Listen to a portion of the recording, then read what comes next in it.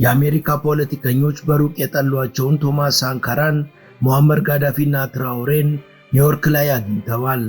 ኔታንያሁ እዚህ ከመጣ አስሯለሁ የሚልና የኢትዮጵያውያንን አክስቶቼ ብሎ የሚጠራ ሶሻሊስት የሆነ ወጣት ፖለቲከኛ በአሜሪካ ምድር ትልቅ ስልጣን አግኝቷል።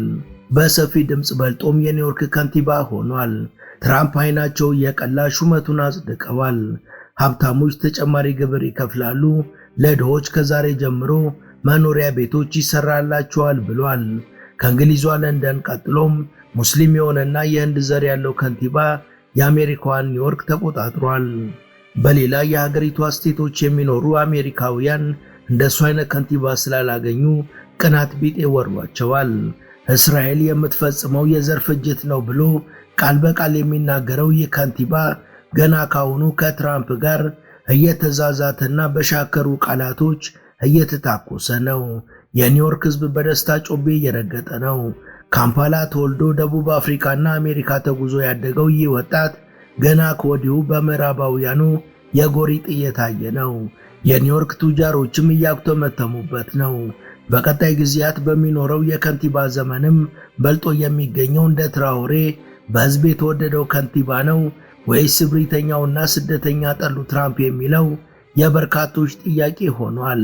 Zoran Mamdani, a socialist who has managed to galvanize support in the city of business and billionaires. Only months ago, he was a complete unknown. When we launched this campaign, we were dismissed as a punchline in the halls of power.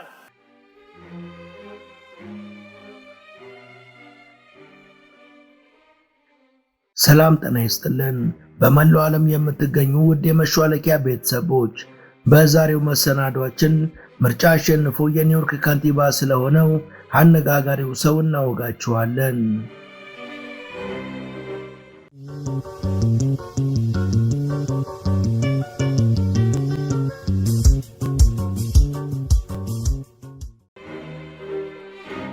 የመጀመሪያው ሙስሊም፣ የመጀመሪያው በአፍሪካ የተወለደ፣ የመጀመሪያው የህንድ ዝርያ ያለው፣ የመጀመሪያው ሶሻሊስት የሆነ፣ የመጀመሪያው የሜሊያን ትውልድ ተወላጅ የሆነው የኒውዮርክ ከንቲባ ዞራን ማምዳን የዛሬው ባለ ታሪካችን ነው። የካፒታሊስቱ ሀገር አሜሪካ ታላቅ ከተማ በሆነችው በኒውዮርክ ለመጀመሪያ ጊዜ ሶሻሊስት ከንቲባ ይምራን ብለው ነዋሪዎቿ መርጠዋል። እነ ኤድጋር ዱቨር የዛሬ 70 ዓመት በእስርና በግድያ ያጠፏቸው ሶሻሊስቶች በምርጫ አሸንፈው ኒውዮርክን ይዘዋል። አዲሱ ከንቲባ በኮሎምቢያ ዩኒቨርሲቲ ከሚያስተምሩት መሐመድ መምዳኒና ከተዋጣላት የፊልም ዳይሬክተር ከሆነችው ሚራ ናይሬ በ1991 በዩጋንዳ ካምፓላ ነበር የተወለደው። ሁለቱም ወላጆቹ ትምህርታቸውን የተከታተሉት በሃርቫርድ ዩኒቨርሲቲ ነው። ዞራን ኳሚ መምዳኒ የአባቱ የፖለቲካ ሰብዕና ተጽዕኖ እንዳረፈበት ይነገራል። በስሙ መካከል የሚገኘው ኳሜ የሚለው ስያሜም ከጋናው የመጀመሪያ ፕሬዝዳንት ከኳሜ ንክሩማ የተወሰደ ሲሆን ኳሜ ንክሩማ በአፍሪካ ውስጥ አንድ የአፍሪካ መንግስት መመስረት አለበት ብለው የሚያስቡ ቀኝ ገዢዎችንና እንደ አሜሪካ ያሉ ካፒታሊስቶችን በእጅጉ የሚቃወሙ ሶሻሊስትና የቀድሞዋ ሶቪየት ህብረት ወዳጅ ነበሩ።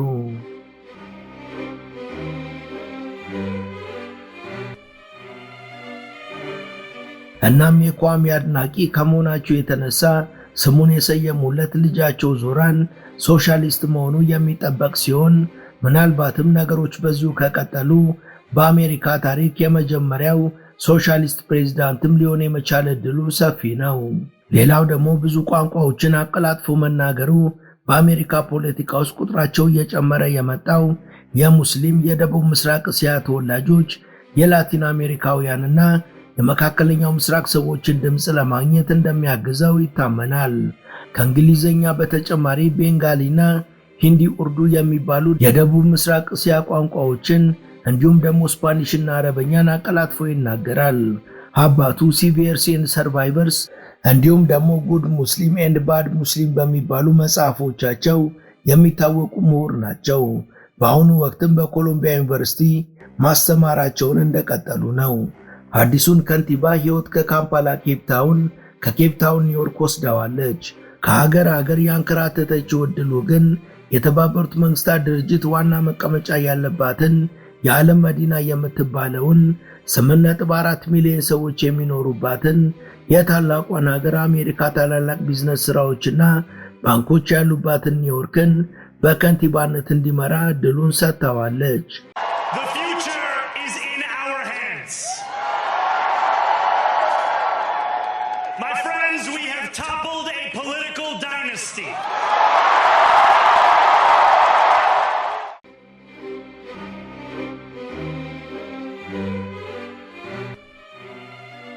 ኒውዮርክ በዞራን ሕይወት ውስጥ ትምህርትን፣ ወጣትነትን፣ የሙዚቃ ስራንና ፖለቲካን አሳይተዋለች። የ34 ዓመቱ ወጣት እንደ ግሪጎሮሳውያኑ የዘመን ቀመር በ2014 ከቦርዲንግ ኮሌጅ በአፍሪካን ስተዲስ የመጀመሪያ ዲግሪውን አግኝቷል።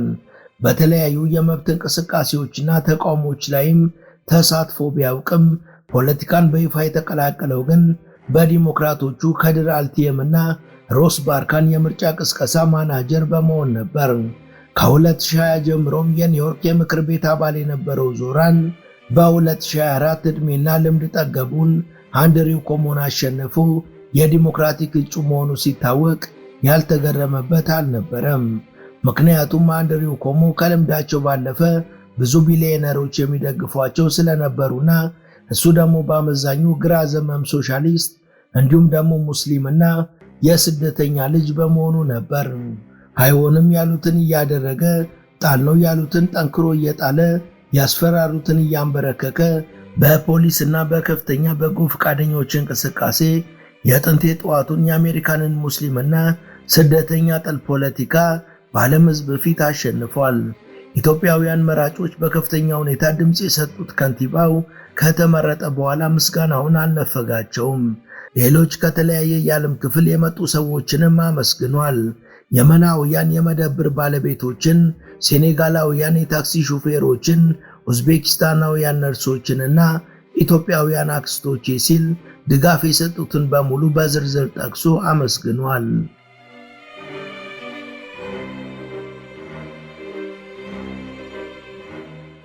የዩጋንዳና የአሜሪካ ጥምር ዜግነት ያለው ዞራን መምዳኒ በእምነቱ ሺያ ሙስሊም ሲሆን የአሁኗ ባለቤቱን ሶሪያዊቷን ራማጁዋንጂን እንጂ በተባለ ዴቲንግ አፕ ላይ ነበር የተዋወቃት። ዞራን ካሸነፈ በኋላ በንግግሩ ላይ ቤተሰቦቹን የእናንተ ልጅ በመሆኔ እኮራለሁ ብሎ ያመሰገናቸው ሲሆን ባለቤቱንም ካንቺ ውጪ ማንም ከጎኔ እንዲሆን አልፈልግም ሲል ተደምጧል። ዞራን ማምዳኒ የስደተኛ ልጅ ሆኖ ብዙ ስደተኞችና ከሌላ ዓለም የመጡ ሰዎች በምን እንደሚቸገሩ ስለሚያውቅ ዋነኛ የምርጫ ቅስቀሳ ነጥቦቹ ለድሆች የቆመ መሆኑ ነበር። ይህም ነው በተለያዩ ሰዎች ነጩ ትራኦሬ ያስባለው። የቡርኪና ፋሶ መሪ ኢብራሂም ትራኦሬ በፈረንሳይና በሌሎች ቢሊዮነሮች የሚዘረፈውን ሀብትና ገንዘብ እንደተከላከለው ሁሉ ዞራንም እንደዛው ትኩረቱን ድሆችን ማገዝ ላይ አድርጓል። በምርጫው ቅስቀሳ ወቅትም የኒውዮርክን የባስ አገልግሎት ነፃ ስለማድረግ፣ በከተማው አስተዳደር ስር ያሉ የሸቀጥና የአትክልት ሱቆችን ስለመክፈት፣ የኪራይ ዋጋን መቆጣጠር እንዳይጨምር ስለመስራት፣ ለነዋሪዎቿ በተመጣጣኝ ዋጋ አዳዲስ ቤቶችን ስለመገንባት አውስቷል። እቅዶቹም እንደሆኑ ተናግሯል። ከዛም ባለፈ የአንድ ሰዓት አነስተኛ ክፍያን ወይም ሚኒመም ዌጅን በ2030 ወደ $30 ከፍ ለማድረግ ማቀዱንም ዞራን ገልጿል።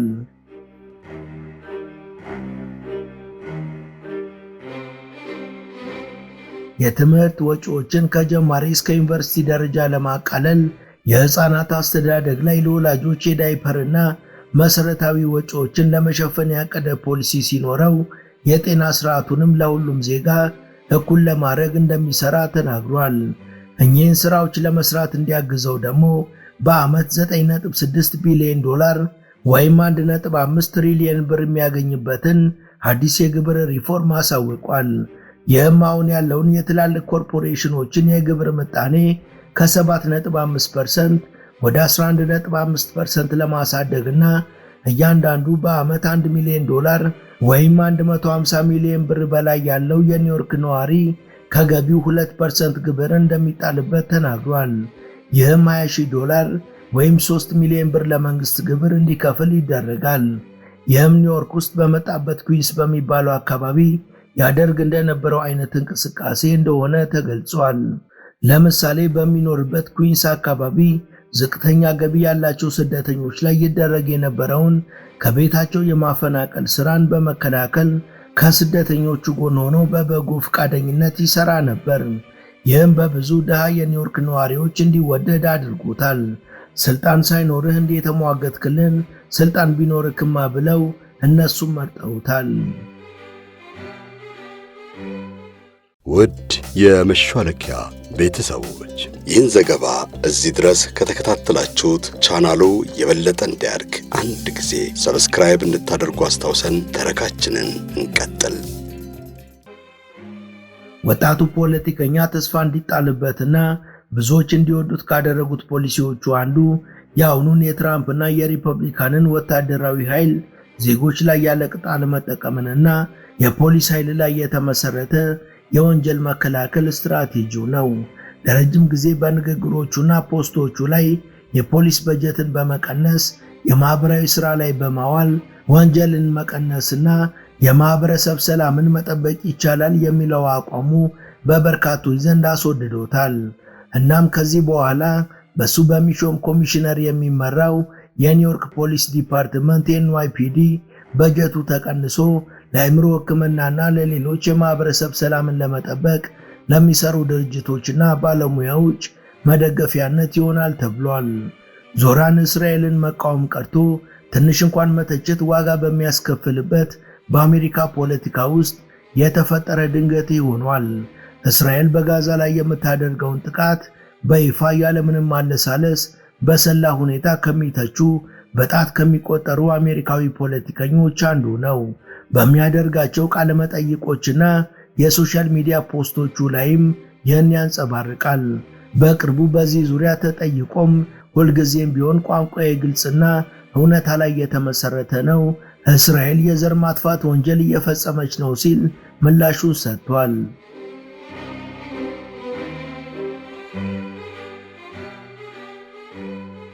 በቀጣይ ቢሮ ሲገባም ኒውዮርክ ላይ ዋና መቀመጫቸውን ያደረጉ ለእስራኤል ድጋፍ የሚያደርጉና ከሀገሪቷ ጋር ግንኙነት ያላቸውን የእርዳታ ድርጅቶችን እየዛተባቸው ይገኛል።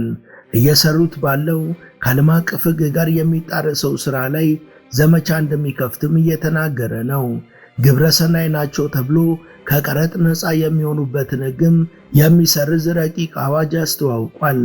እስራኤል በጋዛ የዘር ማጥፋት ወንጀል እየፈጸመች ነው ከሚለው በተጨማሪ የአፓርታይድ ስርዓት እያካሄደች እንደሆነና ጠቅላይ ሚኒስትር ቤንያሚን ኔታንያሁ መታሰር እንዳለባቸው ያምናል። ዞራን እስራኤል እንደ አይሁድ ሀገር የመቆየት ህልውናዋን ይደግፍ እንደሆነ በተደጋጋሚ ተጠይቆም ሃይማኖትም ሆነ ሌሎች ጉዳዮችን መሰረት አድርጎ የዜግነት ተዋረድ ያለው ማንኛውንም ሀገር መደገፍ ምቾት አይሰጠኝም ብሏል። ሆኖም የእስራኤልን እንደ ሀገር የመቆየት መብትን እንደሚቀበል ገልጿል። እንደ ሁሉም ሀገራት የመቆየት መብት እንዳላትም አምናለሁ ብሏል። እንዲሁም ዓለም አቀፍ ሕግጋትን የማክበር ኃላፊነትና ግዴታም እንዳለባት አውቃለሁ ብሏል።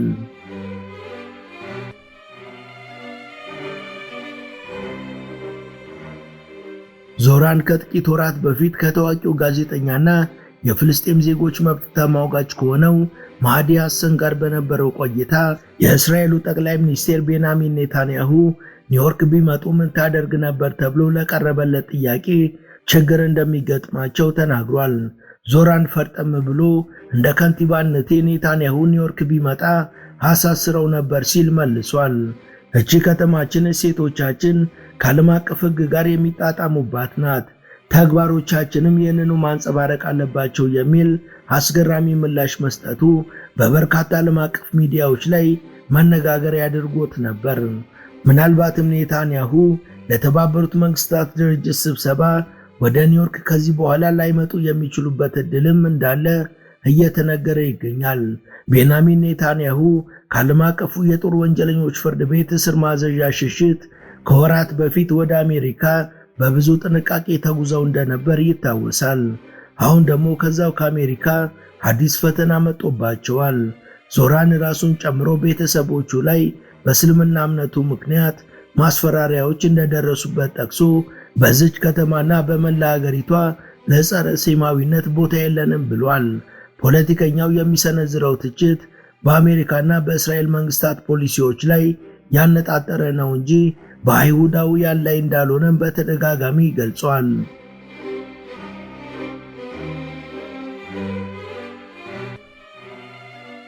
ምንም እንኳን የእስራኤል መንግስት በፍልስጤማውያን ላይ የሚያደርሰውን ግድያ ቢቃወምም ለአይሁዳውያን ግን ጥላቻ እንደሌለው በተደጋጋሚ ይናገራል። በኒውዮርክ የሚገኙ የአይሁድ እምነት ጥናት ባለሙያዎችንና ማህበረሰቦችንም ምንም ጉዳት የሚያደርስባቸው ነገር ከተፈጠረ በስልጣኑ ሊከላከላቸው ቃል መግባቱን ከኒውዮርክ ጋዜጣ ጋር ባደረገው ቃለ መጠይቅ ተናግሯል። ከአራት ሰዎች አንዱ በኒውዮርክ የሚላስ የሚቀመስ የለውም ያለው ዞራን ይህንንና ሌሎች የዜጎች እኩልነትን ተጠቃሚነት ለማስፈን ከሚሰራው ስራ ጎን ለጎን የፌዴራል መንግስቱ የሚሰነዝርበትን ጫናና መሰናክል በሚገባ ለመወጣት መዘጋጀቱን ገልጿል። ትራምፕ ከምርጫው በፊት ዞራን የሚመረጥ ከሆነ የኒውዮርክ ፌዴራል ፈንድን እንደሚያቋርጡ አስፈራርተው ነበር።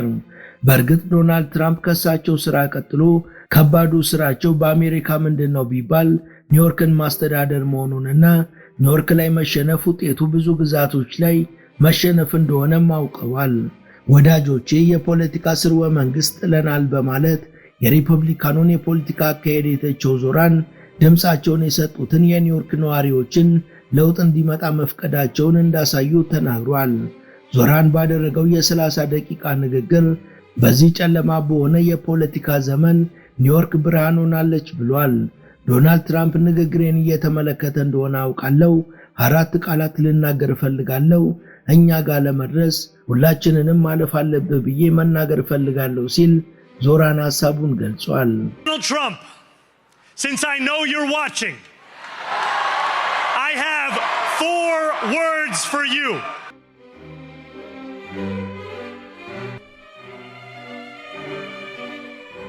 ትራምፕ ዞራን ማሸነፉን ተከትሎ በትሩዝ ሶሻል ሚዲያ ገጻቸው ላይ ተጀምሯል በማለት ፖስተዋል።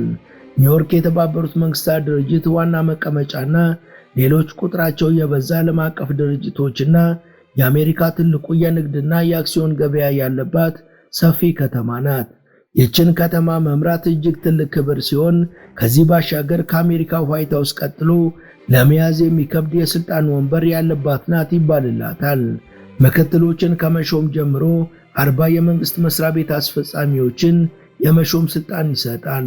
በወር እስከ $260,000 ድረስም ለአዲሱ ከንቲባ ዞራን ማምዳኒ ይከፈለዋል። ይህም ማለት ዞራን ማምዳኒ በቀጣይ 4 ዓመት የከንቲባነት ዘመኑ $12.5 ሚሊዮን ወይም 1.8 ቢሊዮን ብር ይከፈለዋል ማለት ነው። ዋናው ነገር ግን በቀጣይ ጊዜያት ኒውዮርክ ለሁሉም አሜሪካዊ የተሻለች መሆኗ ነው። ሌላው አጠያያቂው ነገር ደግሞ ዞራን ከተመሳሳይ የጾታ ግንኙነት ጋር በተያያዘ የሚኖረው አቋም ምን ይሆናል የሚለው ነው። የተመሳሳይ ጾታ ግንኙነትን ከደገፈ ግን የደገፉት በሙሉ ጀርባቸውን ሊሰጡት ይችላሉ ተብሏል።